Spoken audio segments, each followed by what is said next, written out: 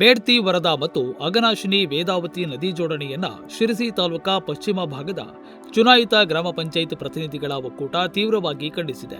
ಜನವರಿ 11ರಂದು ನಡೆಯಲಿರುವ ನದಿ ಜೋಡಣೆ ವಿರೋಧಿಸಿ ಸಮಾವೇಶಕ್ಕೆ ತನ್ನ ಬೆಂಬಲವನ್ನ ಒಕ್ಕೂಟ ಸೂಚಿಸಿದೆ. ಈ ಕುರಿತು ನಗರದ ತಾಲೂಕಾ ಪಂಚಾಯತ್ ಅಬ್ದುಲ್ ನಜೀರ್ ಸಾಬ್ ಸಭಾಭವನದಲ್ಲಿ ಗುರುವಾರ ಒಕ್ಕೂಟದ ಅಧ್ಯಕ್ಷ ನವೀನ್ ಶೆಟ್ಟಿ ನೇತೃತ್ವದಲ್ಲಿ ಸಭೆ ಜರುಗಿದ್ದು, ಎಲ್ಲಾ ಪದಾಧಿಕಾರಿಗಳು ಸದಸ್ಯರು ಒಕ್ಕೊರಲಿನಿಂದ ನದಿ ಜೋಡಣೆಯ ವಿಷಯವನ್ನ ವಿರೋಧಿಸಿದರು. ಶಿರಸಿ ಪಶ್ಚಿಮ ಭಾಗದ ಚುನಾಯಿತ ಗ್ರಾಮ ಪ್ರತಿನಿಧಿಗಳ ಒಕ್ಕೂಟದ ಒಂದು ಚರ್ಚೆಯನ್ನು ಮಾಡಿ ಬೇಡ್ತಿ ಮತ್ತು ವರದಾ ನದಿ ಜೋಡಣೆ, ಅಘನಾಶಿನಿ ವೇದಾವತಿ ನದಿಗಳ ಜೋಡಣೆ ಬಗ್ಗೆ ಕೂಲಂಕುಷವಾಗಿ ಚರ್ಚಿಸಿ ಗ್ರಾಮದಲ್ಲಿ ಆಗುವ ಕೆಲವೊಂದು ಸಮಸ್ಯೆಗಳ ಬಗ್ಗೆ ಅವಲೋಕನ ಮಾಡಿ ಇವತ್ತು ಕೆಲವೊಂದು ನಿರ್ಧಾರಗಳಿಗೆ ನಾವು ಎಲ್ಲ ಜನರನ್ನು ತಿಳಿಸಲಿಕ್ಕೆ ಒಂದು ಪತ್ರಿಕಾಗೋಷ್ಠಿ ಮಾಡ್ತಾ ಇದ್ದೇವೆ.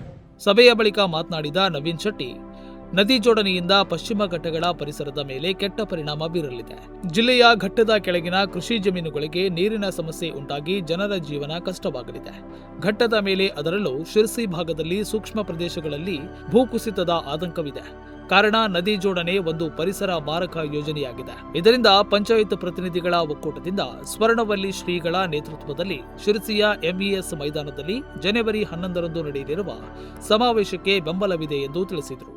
ನದಿ ಜೋಡಣೆಯಿಂದ ನಮ್ಮ ಪಶ್ಚಿಮ ಘಟ್ಟಗಳ ಪರಿಸರ ಸಂಪೂರ್ಣವಾಗಿ ಒಂದು ಹಂತದಲ್ಲಿ ನಾಶ ಆಗ್ತದೆ ಅನ್ನೋದು ನಮ್ಮ ಮುಖ್ಯ ಒಂದು ಬೇಡಿಕೆ.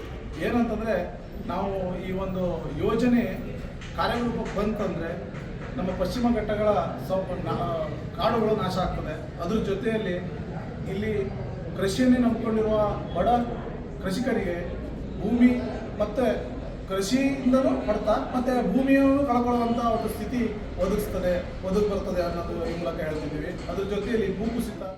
ಈ ವೇಳೆ ಒಕ್ಕೂಟದ ರಾಜ್ಯ ಕಮಿಟಿ ಸದಸ್ಯ ಸಂದೇಶ್ ಭಟ್ ಬೆಳಕಂಡ, ಜಿಲ್ಲಾ ಕಮಿಟಿ ಸದಸ್ಯ ಪ್ರವೀಣ್ ಹೆಗಡೆ, ಒಕ್ಕೂಟದ ತಾಲೂಕಾ ಉಪಾಧ್ಯಕ್ಷ ನಾರಾಯಣ್ ಹೆಗಡೆ, ಅನಸೂಯ ಹೆಗಡೆ ಸಾಲ್ಕಣಿ, ಅನುರಾಧ ವಾನಳ್ಳಿ, ಜ್ಯೋತಿ ಹೆಗಡೆ ಜಾನ್ಮನೆ, ಗಣಪತಿ ಸದಾಶಿವಳ್ಳಿ, ಗೋಪಾಲಕೃಷ್ಣ ಮಂಜುಗಣಿ ಉಪಸ್ಥಿತರಿದ್ದರು. Nudisiri news desk, Sirsi.